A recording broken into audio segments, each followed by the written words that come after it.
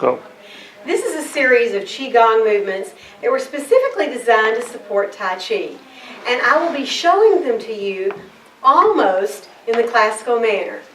Because I have some knee injuries myself, I adapt and modify. And I encourage any of you to modify any way you need to. You may need to, if you want something a little more athletic, hold your body a little lower so that there's more tension. You may need to sit on the edge of something and just use your upper body. If you're like me, what you'll need to do is instead of standing still all the time in a classical Tai Chi posture, you may need to move around, move from side to side, take the strain off of one leg or one hip, something like that. The classical Tai Chi posture is feet directly under your hips and your shoulders. For most of us, that's not as far apart as you might think, but feet directly under hips and shoulders. And we will start. Our arms straight down at our sides. The first movement, your wrists are being pulled up by strings just to shoulder height, and then pushing back down as though pushing through water. Your knees flexing a little bit as you up on the inhale and down on the exhale. We'll do that same one more time. Up on the inhale and down on the exhale. We're going to come back up the same way we did before, but we're going to open your chest, pulling your wrist as close as you can to behind you. Then back in and exhale. Up, open, closing again, and exhale. One more time. Inhale, exhale, inhale, exhale. Now our arms are going to go straight up over our heads into something called rainbow dance. Put your left hip out, your left hand is over your head. Your right hand is face up, your right elbow's pulled into the waistline, and you're looking at your right hand. You should feel a strong stretch of your left side. Now, straighten up, bring the hands directly over you, stopping the right hand right over your head. And reverse. Right hip out, right hand overhead, right elbow out, left elbow pulled into the waist, left hand straight up. Rainbow dance. Back up again, and we'll repeat that. One of the charms of Tai Chi and Qigong is the names of the moves. Some are very, very prosaic, like stimulating the organs and viscera. And some are very, very fanciful, like the dragon practices with his magic sword. When your hands are straight up again, they're going to come down. Then inhale up to your shoulders out to the side. We're flying eagles. Those hands relax back down through the water. Inhale and exhale. Being mindful of the camera. Inhale and exhale. Then join your hands here and pull energy up to your chest. Relax it back down to your waistline or down to the dantian area. You're going to take your right hand. There's a small, precious deer package in this right hand in the open palm strike. You're going to push it off to the left, gently. Then turn that palm over, bring it back to the center, swiveling your waist and hips. Push that little package off to the right. Turn the left hand over, bring the package back. Push it to the left, and bring it back. Push it to the right and bring it back. One more time in each direction.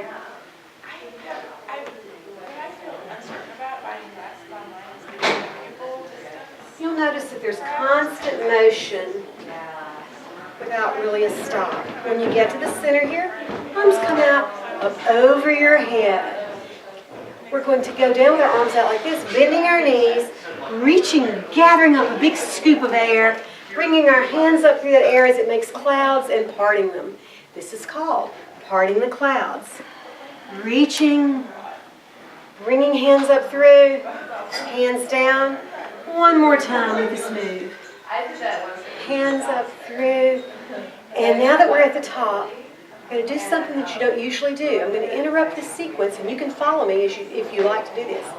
But if you've ever taken yoga, martial arts, a lot of exercise classes, what they'll always tell you is bend from the hips, trying to make sure straight back, bend from the hips. We're going to do something that's completely different from that in this particular move. This is called pick up sticks. You're going to round over, round your shoulders forward, try to bend from your waistline. When you bend as far as you can from your waistline, then let go and bend from your hips. Bring your little fingers to the outside seams of your legs and slowly roll your body up. And when you're standing upright, your arms come up behind you. You're gathering all that energy. It's way up here. And now you're rounding over again. Round down. Back is very rounded, opening up all those spaces in your spine. Then drop from the hips. Little fingers to the outsides. Up we come. Reaching behind you, gathering energy. And one more rounding down. Round, round, round, round. And when you've reached your limit of rounding, then drop from the hips. Fingers to the outsides of your legs as you round slowly up. When your body is upright, we're going to take those hands. You're lifting a precious package back up over your left shoulder. And when it reaches its height, carefully bring it back down to your waistline or a little lower to the dantian area. And slowly take it up over your right shoulder, twisting your body as far backward as you can. When you've reached your limit, start bringing it back down to the center. Offer it back to the left. Bring it to the center. Offer it up to the right. And bring it to the center. Offer it left one final time. And carefully to the center. Back to the right. And to the center. And when you're to the center, join your fingertips palm up. Pull that energy up to your chest. Now, you're going to put all of your weight over on your left foot. Pick up your right foot and extend it in front of you, heel down, and push the wave. Then pull that energy back into yourself as you lean back, lift your toe, and open your chest. Now we're going to touch the water down. Put that toe down and bring your arms up over your head and then down, coming as close as you can to touching your toe. Then pull up your leg. When you get up here, lift that toe, lift your face, lift your hands. Now we're going to touch the water up. Pulling your arms out beside you. This helps maintain balance. You're going to bend and go as close as you can to touching that toe. Pull the hands in up the leg and step back into place, pushing that energy down. We've been doing most of our movements 3 times. We'll just do this one twice because it's a little longer. Let's gather that energy up. Weight on the left. Reach out on the right. Push the wave. Put your weight up there on that right foot. Now pull that energy back in. Raising the toe. Opening the chest. Touch the water down. That means toe down. You pull those hands up your leg. That'll really help you maintain balance. Toe goes up, face goes up, hands go up. And touch the water up. Toe is up, you're reaching and touching. Pull up your leg and step back into place. Pushing that energy down. Pull that energy back up again. And center your weight in your right leg. With the left leg, step out with your heel. And now put all the weight to the left as you push the wave. Bring that energy back in as you raise your toe and open your chest. Touch the water down. Toe goes down. Hands go down. Pull your hands up your leg. Toe up. Face up. Arms up. Touch the water up. And as you pull your hands up your leg, bring that leg back in. Push that energy down.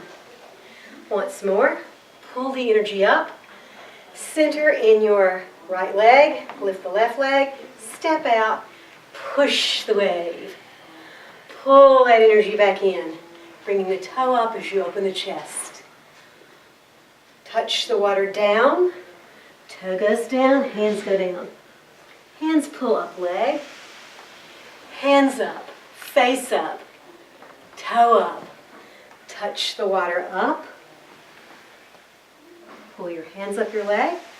Bring the foot back in. Push. Push that energy down. Good. Bring hands straight up over your head here. And we're going to do another bending at the waist. Turn as far as you can to your left. We're going to windmill. Bring your hands down as close to the left as you can. Then bring them to the center. Back to the left. Reach way out and way up. Come over, turn as far to the right as you can. Bend down as far to the right as you can. Then just let your body rotate to the center. Back to the right. Reaching way out to the right.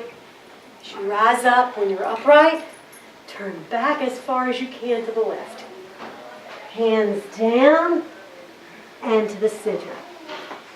Back to the left, way up, over, out to the right, down, center, back to the right. Last sequence here as we come up, over, down to the left, to the center, back to the left, up, over to the right, down, center, right, up. Now as we come up, we're going to go ahead and go over for the block. This is a move where the martial arts origins are obvious. You have your weight pretty equally distributed on your feet. Right foot pointing forward, left foot pointing out to the side, both hands to the side. The right hand or forward hand right about even with the left elbow. You're looking out there at your imaginary opponent, whatever that is, sloth, ill will, greed, whatever you want to push off. You're for the block. Now shift your weight and your feet as you move to the block on the other side. Shift your weight and your feet as you move to the block on the other side. This is one of the few times when you do stand still. Back to the right and back to the left. Back to the right and back to the left. I've lost count, but we'll say we've done it 3 times on each side. Now, as you straighten your knees, take your right arm behind you, palm down. We're going to do the only one I think is pretty difficult. Maybe you'll have a different thought. Parting the horse's mane. What we're going to do, as we shift our weight to the center, the hand behind us is going to come forward as though holding a little ball. And the hand in front of us will come on top. Like we've got that wonderful little ball there that you'll hear about over and over in Tai Chi practice. Our hands are going to pass each other, parting the horse's mane, as the left hand goes out behind us, facing down, and the right hand is facing up. Okay, let's come back to the center in that little ball as we shift our feet. Let our hands pass. The hand before us is face up, behind us face down. Bring that face up hand to the top of the ball. I bet you know where the bottom hand goes then. Let them pass, and there we are. One more time to the right. Right hand on top, to the left. Right hand on top. Part the horse's mane to the left. Left hand goes on top. Part the horse's mane to the right. I don't know why I think that's so hard. Bring your hands back together as you shift your weight center and your feet forward. Bring that energy up to your chest. And turn your hands over. Push that energy as far towards the floor as you can. This time you are bending from the hips. Well, there will be some rounding in the back as you attempt to reach the floor. Turn your hands over. Pull that energy back up to your chest. And then turn your hands again. Push back down to the dying chin. Thank you. These steps are courtesy of Jennifer Carr of Black Eagle Yoga and Tai Chi and Martial Arts, Meridian, Mississippi. Now we're going to do just a few more moves in our practice if you'd like to join for that. This one is one of my very favorite Qigongs, and actually my favorite to do the very first, and it's called Knocking at the Gates of Life.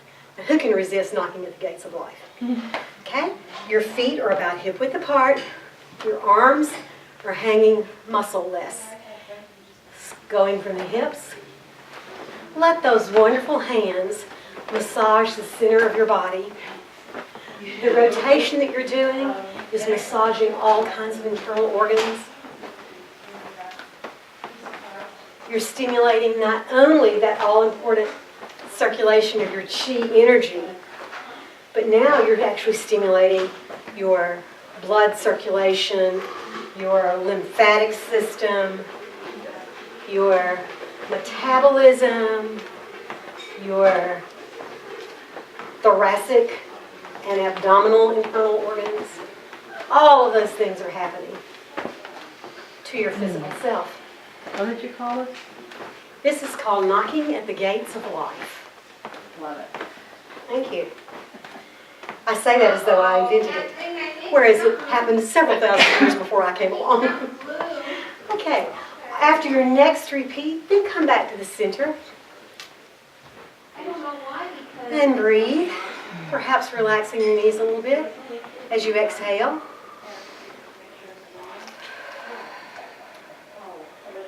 And we're going to do the first of the 8 jewels. This is called upholding the sky with both hands. Your good Tai Chi posture with your legs about hip width apart. The classic Tai Chi posture, you will have your knees bent and you're as though you're riding a horse. You're pressing your lower leg bones together while trying to press your upper leg bones apart. And people who are very good practitioners of this, when you look at them, their legs look like a wishbone. So that's the classic. For if you need to adapt in any way, straighten your legs further apart, closer together, what you need. To uphold the sky with both hands, we're going to do that one at a time. It only takes one hand to hold the sky up. You're going to start out with your left hand right about at the hip. Now, you'll notice that my arm is bent. I'm not pushing like this, because that's going to make me lean over. I have a spring here.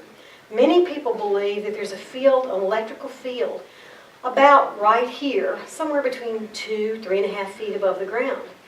And after a while, you should be able to sense some energy there. Your hand is slightly cupped, your elbow is slightly bent. It's as though you're pressing down against a resilient ball, not trying to shove a sword down through the floor. You're pressing a resilient ball. As you do that with your left hand, your right hand in the same kind of posture upholds the sky, and you look at it. Now bring the hands together with the hand on top, holding the top of the ball. And as they pass, your left hand will hold the sky, and your right hand will reach into that field of electrical current. Bring them back together with the left hand holding the ball, and let them separate. Uphold the sky. Right hand on top. Left hand upholds the sky. Left hand on top. And the right hand upholds the sky. Right hand on top. And the left hand upholds the sky. As we continue this for a few more repetitions, I will tell you that if you take up a practice of Qigong, or of Tai Chi, or of any similar practice, you will learn a great deal more than simply these physical movements, because you will learn how to coordinate your breathing with the movements, and you can also learn many meditative aspects to these movements. Just one small example. For a movement like this that's quite symmetrical, you might choose to contemplate or reflect upon or meditate on some issue that you have needed to resolve that has two sides. Perhaps it's not a matter of pros and cons, but a matter of this pro as opposed to that pro. And you might choose something like this that reflects that choice and that decision physically as you work through mentally, emotionally, spiritually, and energetically. One more time holding the sky up, and then we'll bring our palms together. Raise that energy up to the chest. Push it down as close to your feet as you can. Turn your palms over, raise it back up again. Turn your palms over, push it down to the dantian area. Release your hands. Thank you. Thank you. Okay. Thank you. Thank you very much, That was ladies. great.